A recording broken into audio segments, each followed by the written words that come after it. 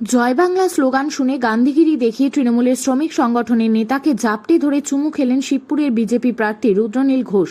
Social মিডিয়ায় viral সেই video.